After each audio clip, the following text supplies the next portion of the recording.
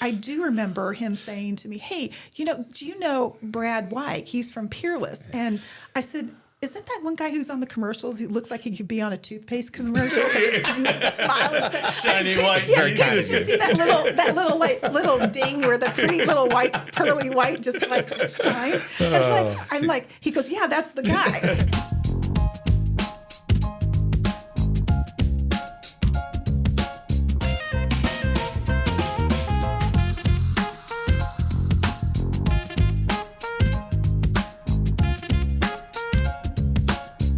Joining us today is Karla Miller, Director of Client Experience at Hickory Point Bank. Welcome to the table. Thanks for joining us. You bet. I'm glad to be here. Yeah, thank you for coming, Karla. You bet. Yep. So tell us a little bit, if you don't mind, about your role at Hickory Point.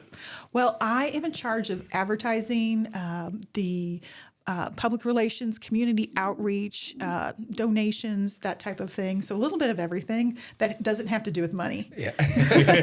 So you're not a finance major, huh? Not at all. Not at all. Now say a little bit about, because you guys are in both the Decatur community, the Springfield community, other communities Hickory Point serves? Yes, also in Champaign and Peoria. So okay. this is how we got our start. So Hickory Point Bank was founded in Forsyth in the late 70s. Hickory Point Bank, Forsyth. Yep. But ADM purchased it in about, I think, 84, 86. Yeah. Yep. And at the time, our CFO of ADM, Doug Schmalz, became the chairman of Hickory Point Bank, and he still remains the chairman really? today. Okay, that's kind of crazy. But so after ADM purchased the bank, here comes 2010, and we have a new CEO. I say we because I used to work for ADM as well. Right. So at the time, there was a new CEO at ADM who decided they no longer wanted the bank, and she wanted to sell it. And Tony Nessler, who was our big commercial lender for Hickory Point Bank, decided that, hey, you know what? I think if we could get a group of local investors and purchase this bank. Okay. And that's exactly what happened. And First Illinois Corporation was formed in 2010. And then Tony's from Springfield, yes, correct? Yes. So does he still commute back and forth? And He does. Is he He primarily out of the Decatur office? Yeah, I would say he's in Decatur quite a bit, but he's always on the road, kind of like sure. you. Yeah, you know, right. you're if you called Yeah. Brad, he's always like, "Where are you? Oh, I'm driving here. I'm driving Everywhere. there." Yeah, Right. yeah. Yeah. Tony's Yep, kind of the same same way, way. yeah. Yes, I think when you're at that level, Yeah. you that's part Well, of. I think I passed him on You 72 a few probably times did. when I've driving from Springfield to Decatur. Yeah, So, yep. probably. So in 2010, when he formed this corporation, what the cool thing about it is that a lot of community banks are usually family owned, but this bank with this corporation is not. It was more of what they call a meritocracy. So you've got people, and he was really smart in putting it together. Local investors from Springfield, local investors from Decatur, and local investors from Champaign got together and formed this corporation and who owns the bank. And so we're governed, our board of directors are from our local communities. They're so in Springfield we got Leon Mazier and recently retired Steve Hasbrock. Oh, yeah. Steve Know Hasbrock Steve was very on our well, board yeah. at one time. Okay. And he retired. But in Decatur we have people like John Skeffington, David Rathje, Sure. Bob Weisman, Yep. and then people in Champaign and Champaign area, Steve Mills, who used to work at ADM. yeah. Yes. And then also Lori Gold Patterson. And then we branched out. We have a board of director in Peoria because we're now in that community as well. So we've got a great group of local people. And what's so we talked about this earlier. Our communities are so different. Each one has a different flavor. Springfield Yes. is very different than Decatur, even though we're only 40 minutes away. That is so true. Yes. Yeah, we agree. But We yeah. experienced the same thing. Yeah. Yes. But what we have is the commonality that all of the people who are on our board, they have the same kind of makeup. They're people who are intelligent, they're well respected in their communities, and they have a high level of personal integrity, which is something that when you have it at the top, it just filters down so nicely. For sure. And of course, Tony Nessler, so he became our president and CEO in 2010, 2011, in that era when we became under the First Illinois Corporation. And he is such a great leader. manager. Really enjoy working for him. Gives you a lot of autonomy to do your job. That's great. And you feel empowered. That's Yeah. nice. Yeah. A lot like this guy. Yeah.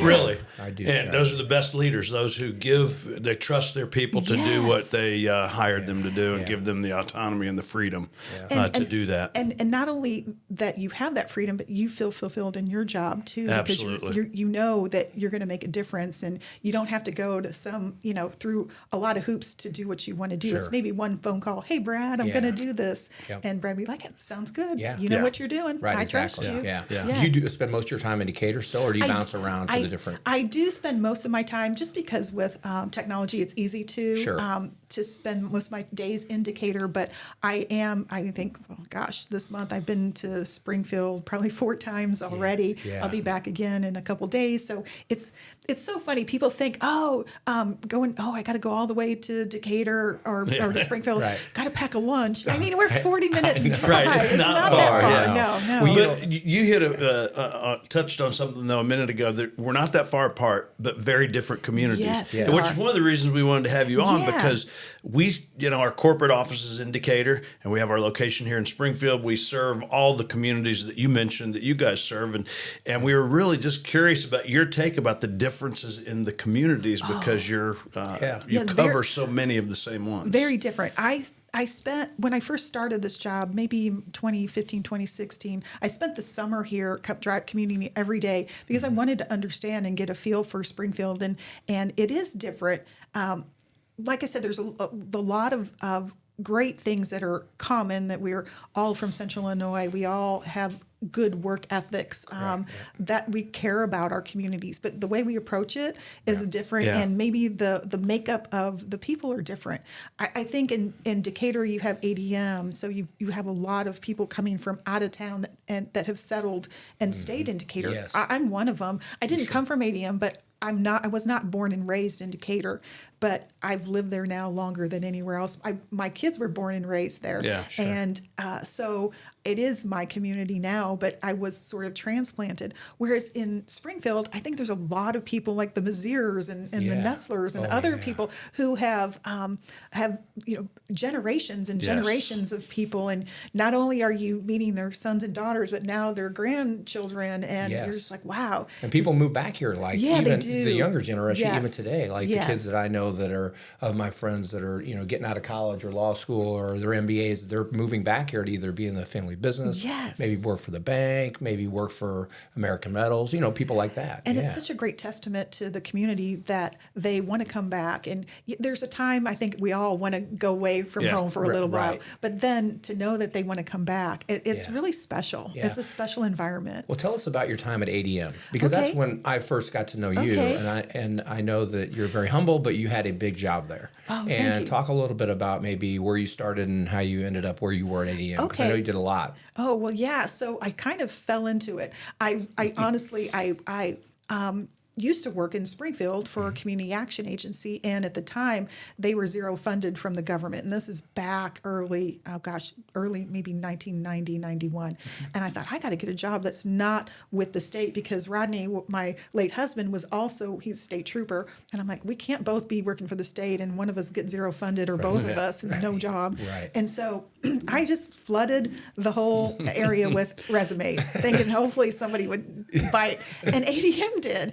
And it was I really fell into this great opportunity. I worked for Howard Buffett and Marty Andreas. They were my co-bosses, and they wanted someone who was young and impressionable, and they could mold into who they wanted. And they sure did. They found the right leaders, right? I don't know, but it was. I learned a lot, and it was really. It was such a great environment to learn and to have access to. Smart people who made decisions quickly, who same kind of thing with Brad. You were able. they trusted you. There was a saying at ADM that they gave you enough rope to hang yourself. Yeah. It's like, and probably the same thing. Oh, you can do what you want, Chris, Right. but you know, it better work. Right. The other day, I felt the rope tighten really quickly. Yeah, I'm sure. I can see that about him.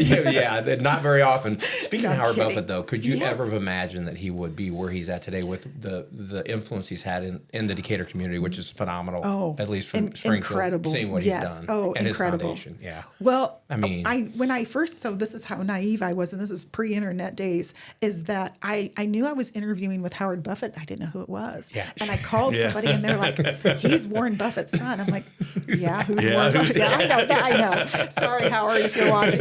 But I didn't know. And so I'm glad, because I would have been nervous. Yeah. But I didn't, when you don't know what you don't know, it was great. And then after working for him, I tell you, some of the things he's taught me, and it's to this day, is there's always a way. Because he would say, oh, this needs to be done. And I'm like, well, there's no way. How can it be? No, find a way. Yeah. And so he really pushed me to be creative in finding ways to solve problems. Interesting. And he's become a very good friend. And everyone's, okay. yes, I wondered if he's fun. He's such a joker, and he'll call and leave, he'll act like he has this foreign accent. He'll call and leave messages on my phone. Oh, that's awesome. Not I all love the it. time, That's but a so couple, good. a few times a year. That's But pretty cool. it doesn't surprise me that he's so generous, and he always has been. And we are so lucky to have that. And the things he's done, the Devon Amphitheater, I know. is It's incredible. amazing. And people in Springfield don't even really know about it. Right. And I mean, it is awesome. It is. I went to a concert there last year, and I'm Yes. like, oh, I got to go over to this for sure. It's fun. It's Yes, a lot it's of fun. good, It's clean beautiful. fun. It's Yeah. a beautiful venue, and named after his wife, Devon. So, it's really nice. And the things that he's done, other things, countless in the community, just has been. It's like Mr. Milliken, James Milliken, back in the day, and all he did for the community. And here he's our modern day philanthropist, doing a lot of good. Yeah, No, that's really. awesome. I first was exposed to him. I never really met him personally. Lived in the same neighborhood with him where he lived, was down the road. But it was through Baby Talk, and I was on the Baby Talk board. This is way back. Yeah, I remember that. It had been like early 2000s. Yeah. By the end of the year, if things weren't working out well with the budget, there was this gentleman by the name of Howard Buffett and his wife Devon that would just kind of, make things better. Yes, and yes. they were amazing. Yes. and very fortunate. And that was the very beginning. Oh, of, yeah. a long Oh, time yeah. ago. So. So, Chris, let me tell you about how I know Brad. This is a funny story. Well, I was away at ADM. I was on a business trip, and unbeknownst to me, and I really did not find this out until after my husband passed away, is that Brad, I had a white couch. And Rodney had a pizza that he sat on the couch and flipped the pizza. He called his good friend Mike Beck, who was a mutual friend, and said, Mike, I don't know what to do. Carla's going to kill me. So come Brad to the rescue. That's and right. comes and cleans this couch. So I get home from my business trip, and I just remember looking at the couch. I'm like, that couch looks different. And he's like, huh. That's all he said, huh. And it wasn't, I never knew the story. But I do remember him saying to me, hey, do you know Brad Wike? He's from Peerless. And I said, isn't that one guy who's on the commercials? He looks like he could be on a toothpaste commercial. His smile is so Shiny white Yeah, teeth. did you see that little ding where the pretty little pearly white just like shines? I'm like, he goes, yeah, that's the guy. And he goes, let's go to dinner with him. So unbeknownst to me, I'm like, I didn't know how he knew you, but now I know. Now you know, yeah. That's a great It was story. a- Yeah, was a and great Rodney story. and I had a great friendship. He Yes. he was quite the character. Yes, I yes. think about him often. that's so sweet. Yeah. and so many similarities because Zach worked for us a Yes. couple summers Oh, ago or yes. whatever, and gosh, I I'd see his know. mannerisms, Oh, and I would yes. see how he carried himself, Oh, and it was yes. like, oh. I know, I mean, a seriously, lot. I felt like I was looking into Rodney's eyes when he'd be around. Oh, yeah. He's a good one. Zach's a good one. I haven't been around dailies quite as much. Yeah. So, They're both like him in different ways. I think when you see Zach, same thing when I saw Zach in a trooper uniform. Somebody had a video and showed me. At first, I thought they were showing me a video over Oh, onion. really? And then I was like, oh my gosh, that's my child. You know, when he listed me as reference. Oh, yeah. And then I'll never forget this when the state police folks called me. You know, I mean, I felt like I was being interrogated. And I'm like, okay, do I really know this kid? I mean, this guy. I'm like, hey, listen. I said, if you guys do not hire this kid, I said, there is a flaw in your system. I said, this kid is just like his father. And will be the most amazing trooper, and the service that he'll give you guys off the charts. So, do you have any more questions? You know what I mean? Oh, that's and the guy was sweet. done. That's awesome. Yeah, that's awesome. I would have felt the same way. I was like, come on, man, this is ridiculous. I This know. kid, I mean, Thank you. That's really sweet. So I'm curious, when you were at ADM, it sounded like you obviously had lots of opportunities to grow, and I remember reading a couple of different things after we first met when I was at the Chamber of Commerce. I remember when you came, when you were spending a lot of time in Springfield. I think new at Hickory Point at the time, and I remember reading about a women's networking and professional development and mentoring group that you started at ADM. Would you say some more about that? Obviously, leadership and leadership development is a really big deal to you. Oh, yeah. I think that because when I first came to ADM, and I never really thought about this before that I was this way. I grew up with 5 brothers, and I just worked hard. I didn't really think anything much about opportunities that would be different for women. When I came to ADM, and I remember being in the lobby waiting for my interview to start, I looked at their annual report, and in the back they used to list all the officers, and there was a full page of probably 250 names of people, and I'm reading, and there's like John and Brad and Chris, Chris, and I saw 2 people that I thought, okay, well, here's a Courtney and here's a Kim, and I thought, out of all that, there's 2 women, and after I was hired, I'm like, okay, that's not great. So when I was hired, 3 now. no, it's even worse. When I was hired, it was both of them were guys. It was a guy named Courtney and a guy named Kim. Kim Econoff, yeah. I know Kim, and Courtney Hembrough. Yeah, that's right. And it was like, oh my gosh, there's no women in officer positions. And I don't know, that was probably in the back of my mind. It wasn't like I wanted to didn't set out to be like, oh, I'm going to be this champion for women.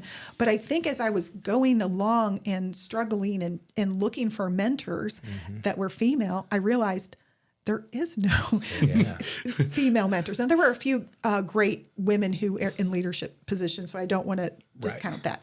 Pat Schroeder, Norma Matteo, and then Claudia Madding. They were great.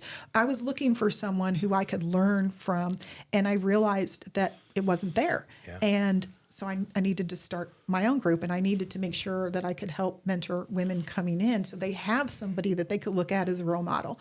So it kind of happened like that. And I talked to someone from HR, and they said, well, start an affinity group. I'm like, what's that? I don't know. And it was just, so we got permission and I sought women who I thought were about like me, that were professional, wanting to still advance in their careers, but really not having someone that they could look up to. And we started our own little council. And I don't know, it was just called ADM WIN, which is Women's Initiative Network. And it was just women helping women. And was it internal? It was an ADM thing? Yes. So no external businesses? Okay, gotcha. No, very internal of how we can support each other. And I think that's just always stuck with me. And I'm when I see young girls, and I like today, there's like the Girl Scouts. When I see things that are going on with the Girl Scouts, I feel that I want to be a part of it because I want to help mentor and let them know that it's okay. So one of the things I've found about women is that we all feel like, oh, there can only be one queen bee. There can only be one who's in charge. And you're taught like Cinderella, who's the fairest of them all. And so you think you have to be that. And I guess my message to young girls and to all females is that there can be many people who are successful, many who are beautiful. It doesn't take away from your own beauty or your own success if the person next to you is just as smart and intelligent and beautiful inside and out. Sure. So I think that's the message. We don't compete against each other. We build each other up. Yeah. That's excellent. Yeah. Is it still in place today? I don't know. I maybe know a a few different years version of ago it. Yeah. it was Yeah.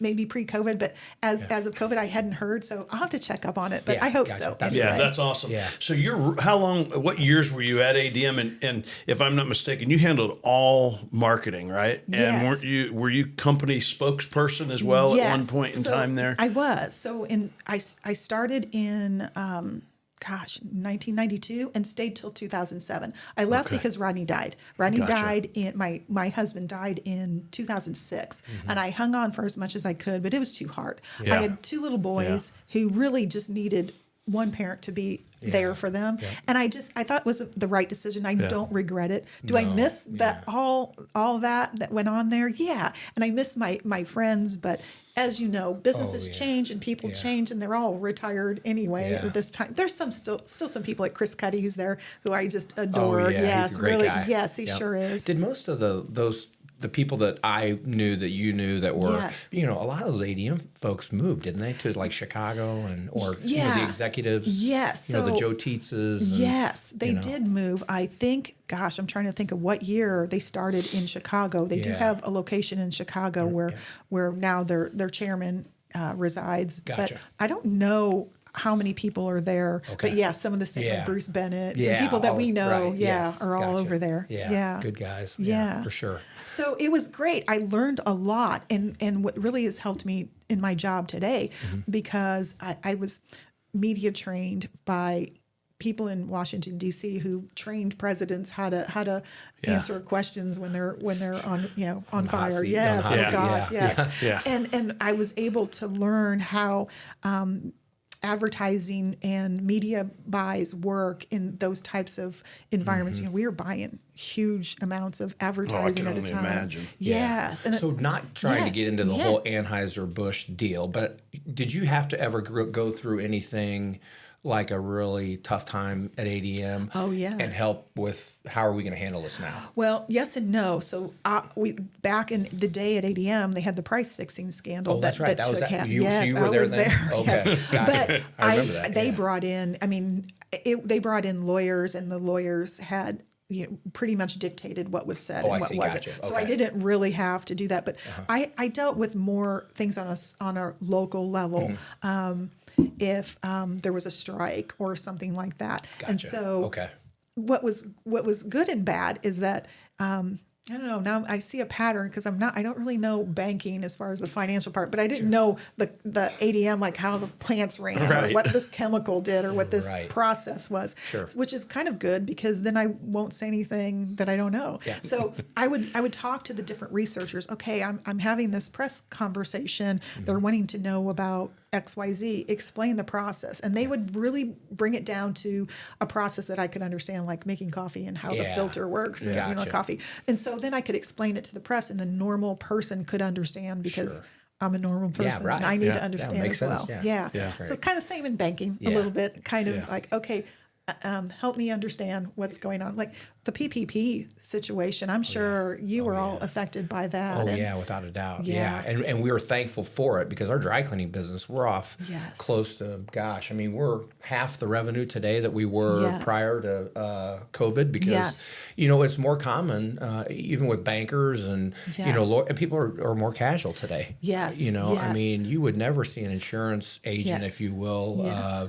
without a suit and tie on. Well, And don't today's worry. pretty Hickory common. Point Bank, we're all about suits and Are you all suits? about Yeah, good. Okay, suits. good. Yeah, well, okay. We'll still be counting. And we You do have guys- some good clients. we got some Bobby good- Preserve's a good yeah, client. there you go. I'm sure. I'm thankful for his pets too, for carpet cleaning. Oh, that's hilarious. That's funny. That's funny. But yeah, I will tell you, and I know this is one thing, circling back to Tony Nestler in our bank, and during that whole situation with COVID and everything, boy, he really showed his leadership. Is and that- that, okay. oh, it was amazing. Now, how did that affect? I don't think a lot of people probably understand how the PPP loan process works, and it was favorable for banks, correct? On the revenue side, or no? It helped, just like it helped you. It Yeah. helped us Okay. get through because we were not immune to everything that was going Right. on. Okay. Banks suffered as well. Yeah. But I'll tell you what really was the coolest thing. And so we all knew back in March 17th, I remember. I don't know why it's stuck in my head. March It was, 17th, 2020. yeah. It was everybody stays home for 2 weeks, Oh, I and know. every business was shut down. And I'm going to tell you, April 1, we all got an email from Tony, and it was titled Affirming Our Commitment.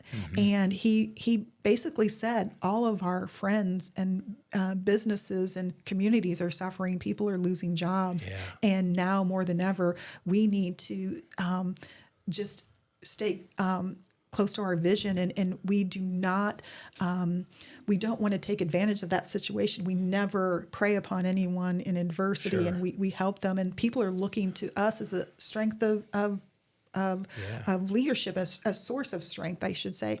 And he really empowered us, and he said, I empower you to do the right thing. That's awesome. To help people, and know that we're not immune. These things are affecting us too, but now's not the time to worry about that.